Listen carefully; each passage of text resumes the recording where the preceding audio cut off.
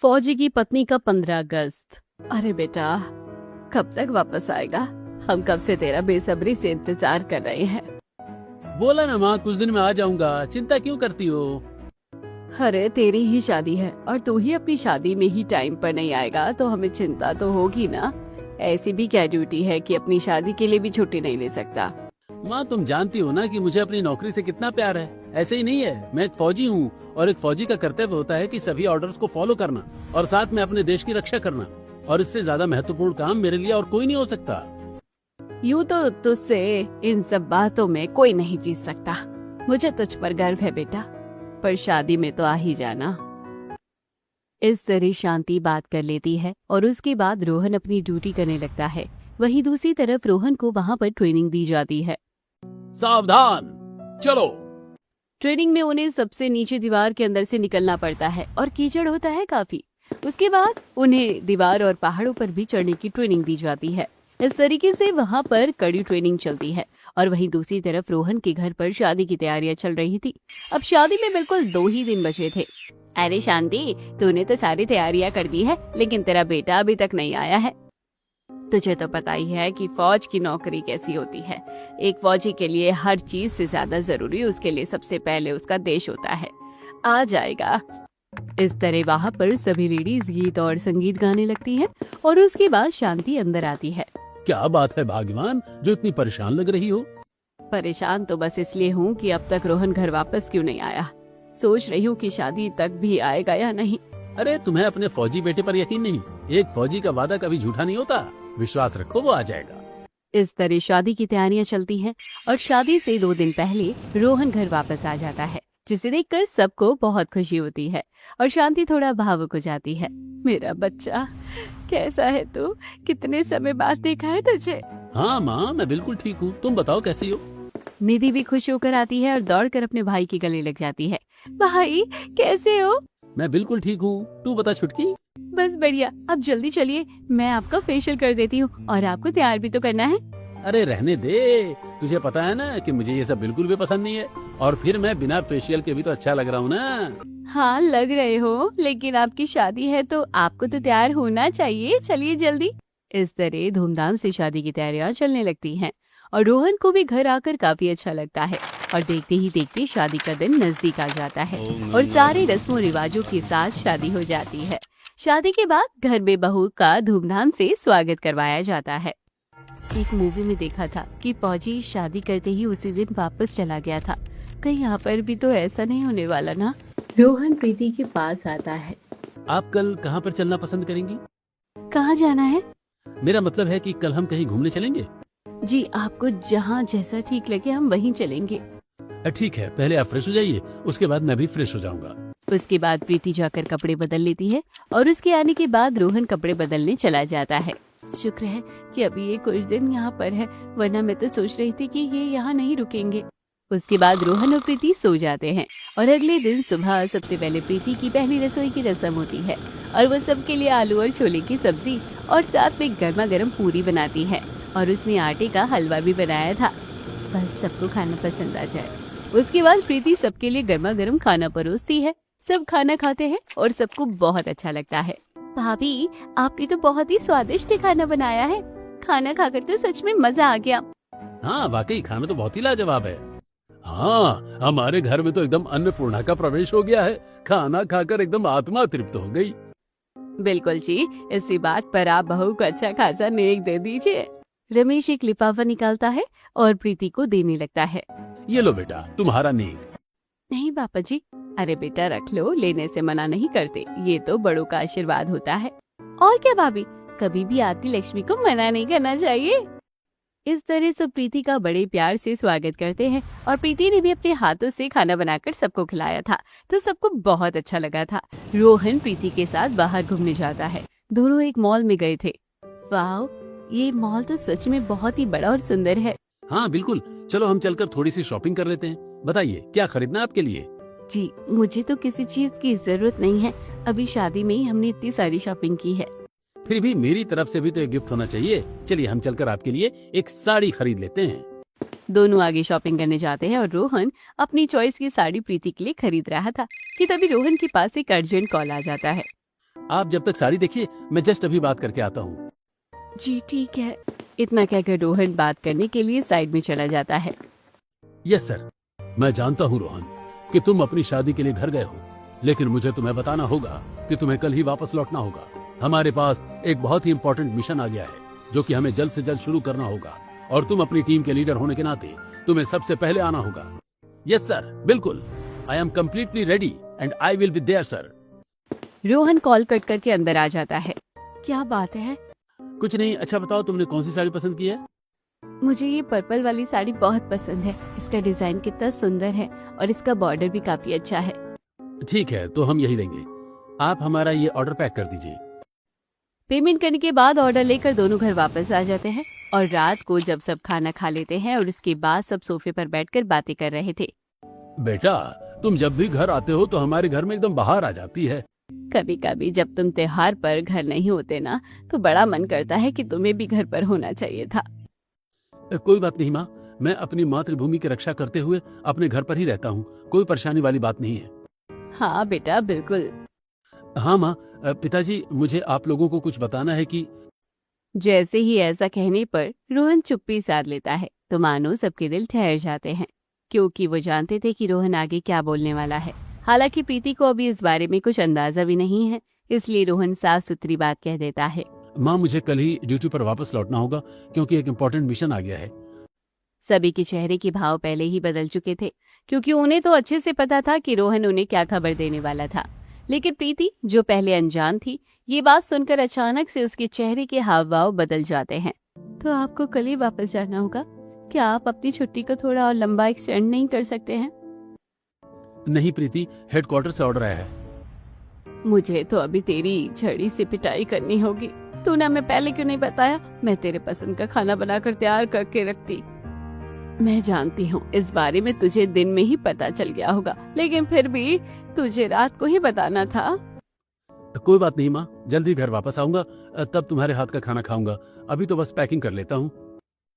इसका मतलब जो दिन में कॉल आई थी वो इसी बात को लेकर आई होगी। मुझे बहुत दुख हो रहा है। काश रोहन जी अभी कुछ दिन और घर पर रुक पाते।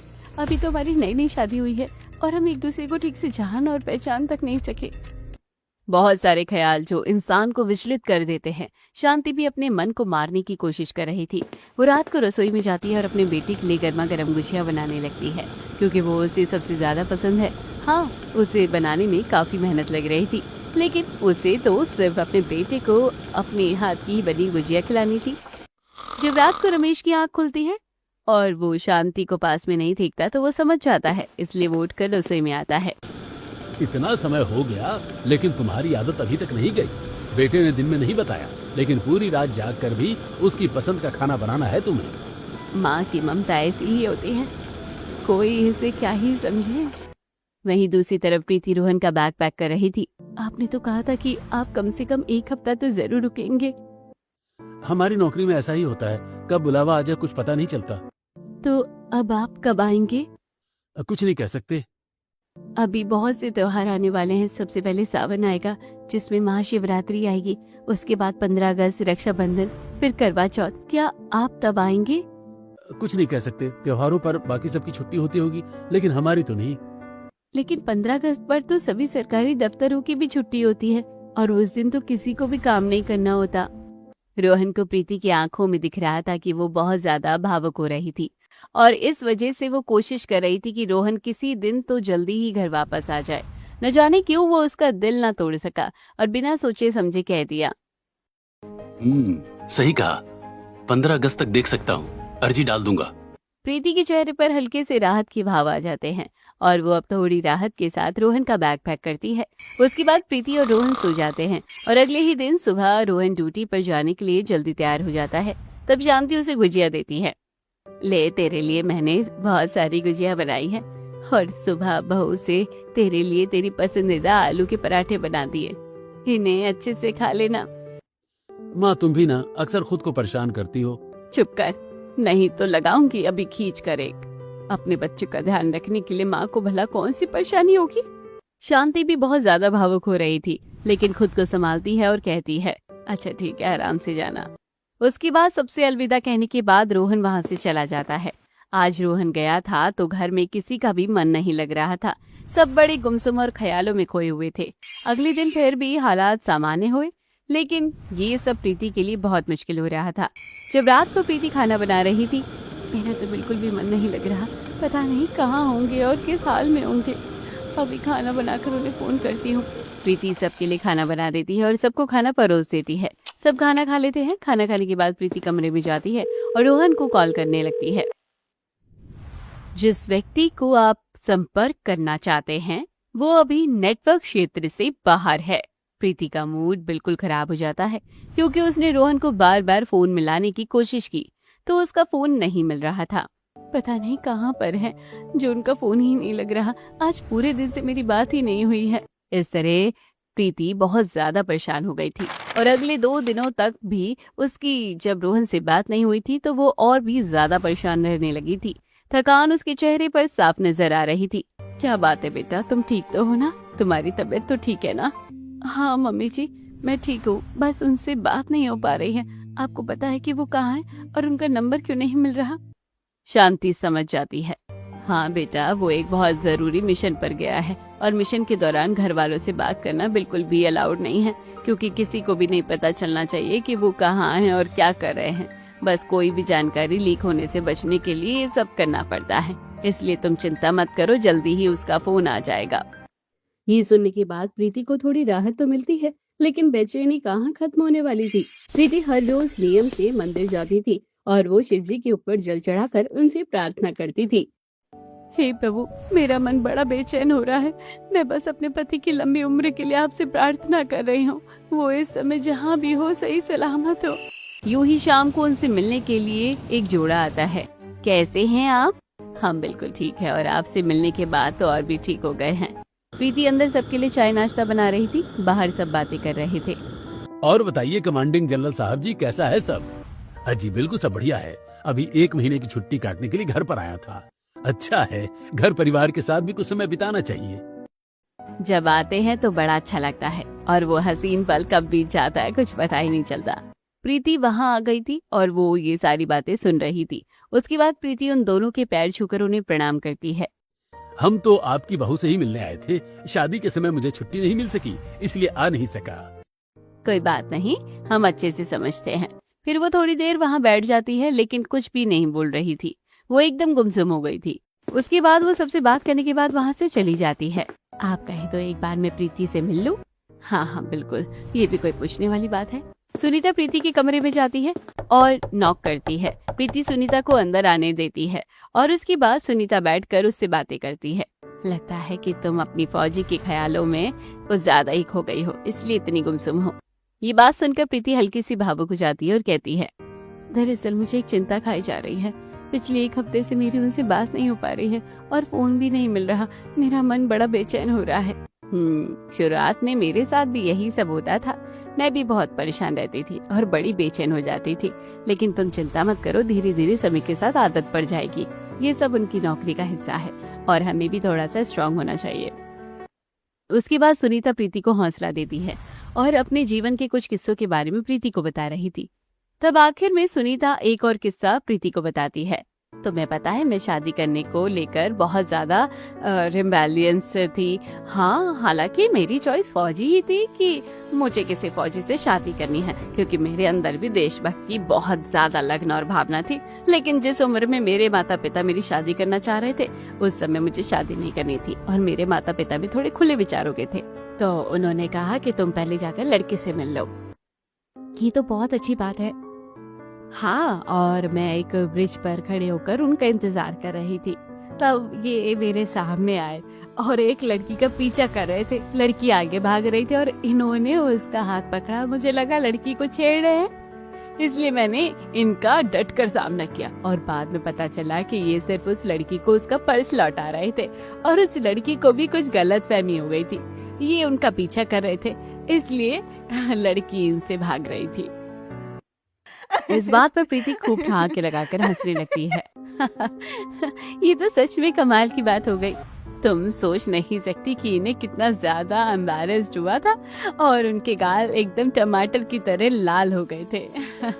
थोड़ी देर बाद जब मैंने इन्हें मिलने के लिए कॉल किया तो पता चला कि ये तो वही लड़का है। फिर मुझे लगा कि हाँ, इनका दिल भी साफ है और ये फौजी भी है और हम दोनों की उस समय जोड़ी जम गई और हमने कुछ समय बाद शादी कर ली थी।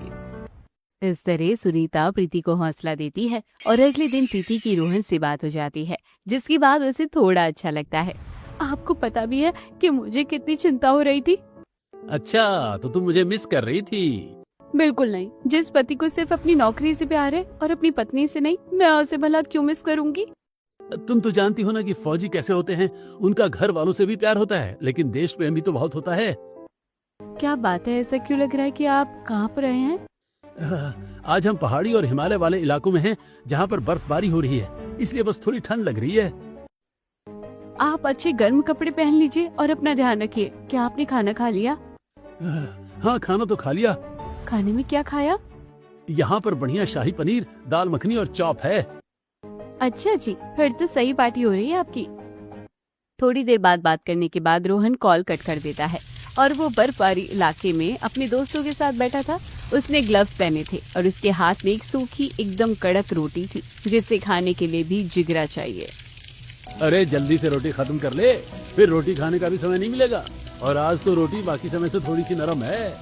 हाँ, आज की रोटी पहले से काफी मुलायम है। वही सूखा रूखा खाना खाकर खाने को अप्रिशिएट करना और ऐसा खाना खाना हमारे फौजी ही कर सकते हैं।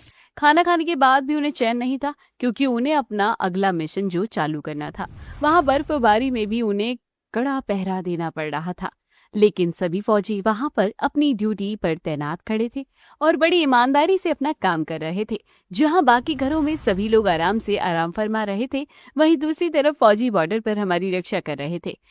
यूं ही दिन गुजरते हैं और कुछ दिन बाद प्रीति रोहन से बात करती है। आप 15 अगस्त के लिए आ रहे हैं ना? कैसे बताऊं, अर्जी खारिज हो गई है। बोलिए ना। हाँ, मैंने अर्जी दी है।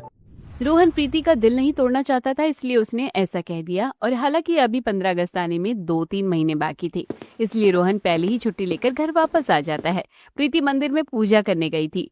हे प्रभु, सावन का पवित्र माह शुरू हो गया है। मैं जानती हूँ कि फौजी नौकरी में छुट्टी मिलना आसान नहीं, लेकिन मेरे पति की एक लंबी आयु हो और दूसरा हो सके तो वो घर पर त्योहार मनाने इस बार जरूर आए। इस तरह प्रीति हर रोज अपने पति की लंबी उम्र के लिए मंदिर जाया करती थी।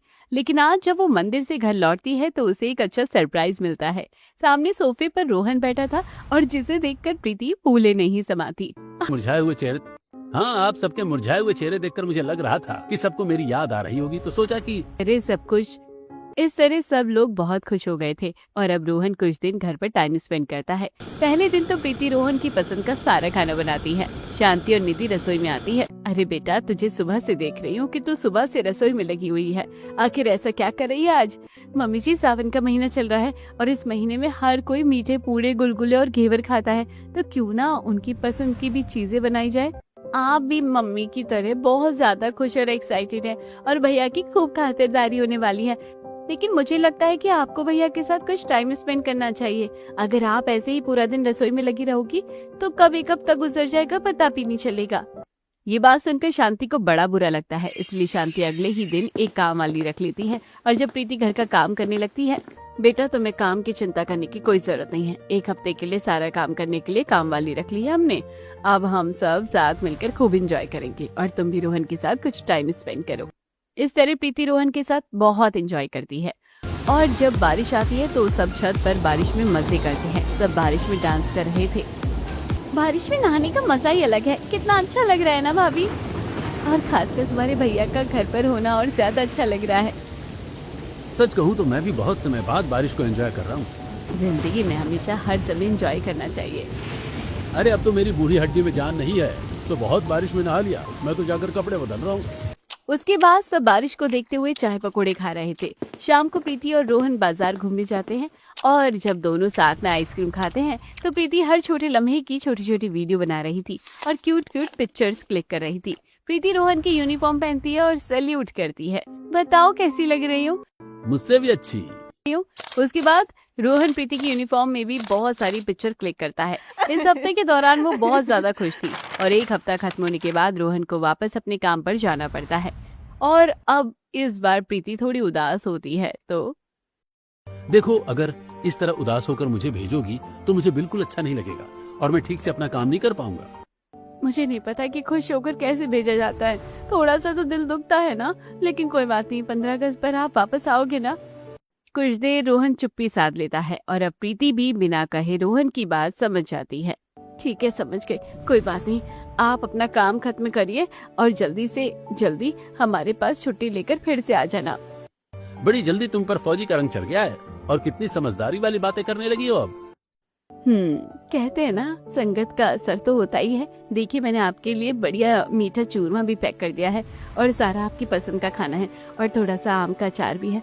मैं अच्छे से जानती हूँ कुछ नहीं शाही पनीर मिलता है आपको हर रोज वहाँ। कभी कभी अचार के साथ भी रोटी खा लेना, हाजमा भी अच्छा रहेगा। ठीक है माय डियर वाइफ, आपका हुक्म सर आंखों पर है। अब इसी के साथ रोहन अपने परिवार वालों को अलविदा कहकर वहाँ से चला जाता है और कुछ दिन बाद प्रीति को एक खुशखबरी मिलती है तो वो उसे फोटो भेजती है, लेकिन रोहन का फोन बंद आ रहा था तो वो समझ गई थी कि वो फिर से एक मिशन पर गया है। लेकिन 2 दिन बाद जब रोहन फोटो देखता है तो वो खुश होकर प्रीति को कॉल करता है। तुम प्रेग्नेंट हो? हाँ, जल्दी हमारे घर में एक नन्ही किलकारी गूंजने वाली है।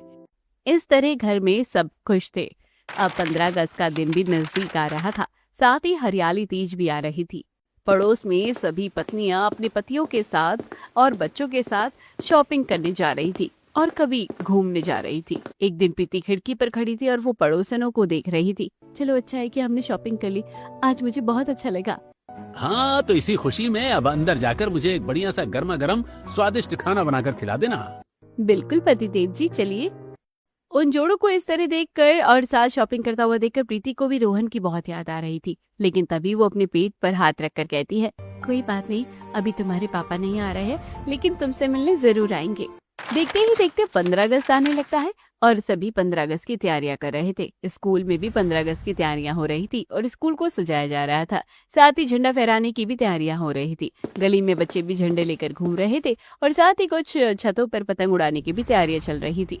प्रीति पूरे परिवार के साथ छत पर बैठकर चाय पी रही थी। मुझे आज भी याद है कि किस तरीके से रोहन हर 15 अगस्त को इतनी सारी पतंग उड़ाया करता था। सुबह से शाम हो जाया करती थी और उसे पतंग उड़ाना बहुत ज्यादा पसंद हुआ करता था। सच कहा तुमने, 2 दिन बाद 15 अगस्त है, लेकिन हमारा घर बिल्कुल शांत है। बचपन से लेकर बड़े होने तक रोहन ने घर में 15 अगस्त पर पतंग उड़ाई है, लेकिन देखते ही देखते समय बीत गया और कब हमारा छोटा बेटा इतना बड़ा हो गया कि वो देश की रक्षा करने के लिए देश के बॉर्डर पर खड़ा है। भैया होते तो मैं भी उनके साथ पतंग उड़ाने की कोशिश कर लेती थी, लेकिन अब तो मेरा मन पतंग उड़ाने का बिल्कुल नहीं करता। सभी बहुत भावुक हो रहे थे और वहीं दूसरी तरफ हर कोई छत पर अपने परिवार के साथ पतंग उड़ा रहा था, जिन्हें देखकर निधि कह रही थी, देखो किस तरह सभी अपने परिवार के साथ पतंग उड़ा रहे हैं, सब कितने खुश हैं और सब साथ में मिठाई भी खा रहे हैं। ये सब सुनकर प्रीति भी बहुत ज्यादा भावुक हो रही थी, लेकिन वो अपनी भावनाओं पर थोड़ा कंट्रोल करती है। देखते ही देखते अब 15 अगस्त भी आ जाता है, पता ही नहीं चलता। सामने वाली छत पर पायल अपने पति के साथ पतंग उड़ा रही थी। स्वतंत्रता दिवस की बहुत हार्दिक शुभकामनाएं। सामने अपनी छत से प्रीति कहती है, आपको भी बहुत बहुत बधाई हो दीदी। आ जाओ प्रीति, तुम भी हमारे साथ आकर पतंग उड़ा लो।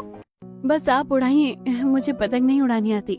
इस तरह सब एंजॉय कर रहे थे, लेकिन वहीं दूसरी तरफ रोहन और उनके साथी बॉर्डर पर लड़ रहे थे।